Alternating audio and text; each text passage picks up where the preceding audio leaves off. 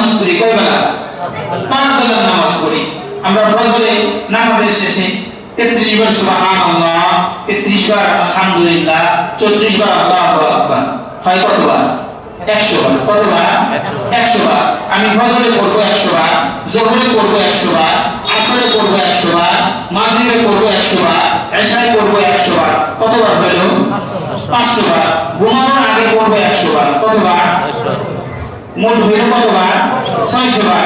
আপনি পড়বেন 600 বার, আল্লাহ রাব্বুল আলামিন এটাকে মিজানের পাল্লায় উঠাবে 6000 বার। সুবহানাল্লাহ। তাহলে বলেন, এত রহম, এত দয়া, এত ভালোবাসা, এত মহাব্বত, এত আদর আমাদের প্রতি আল্লাহ, তাহলে আপনি আমার কি করা উচিত?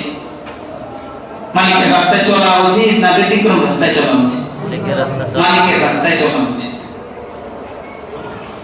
আপনাদেরকে কেমনে বুঝাইলে আপনারা বুঝবেন, কেমনে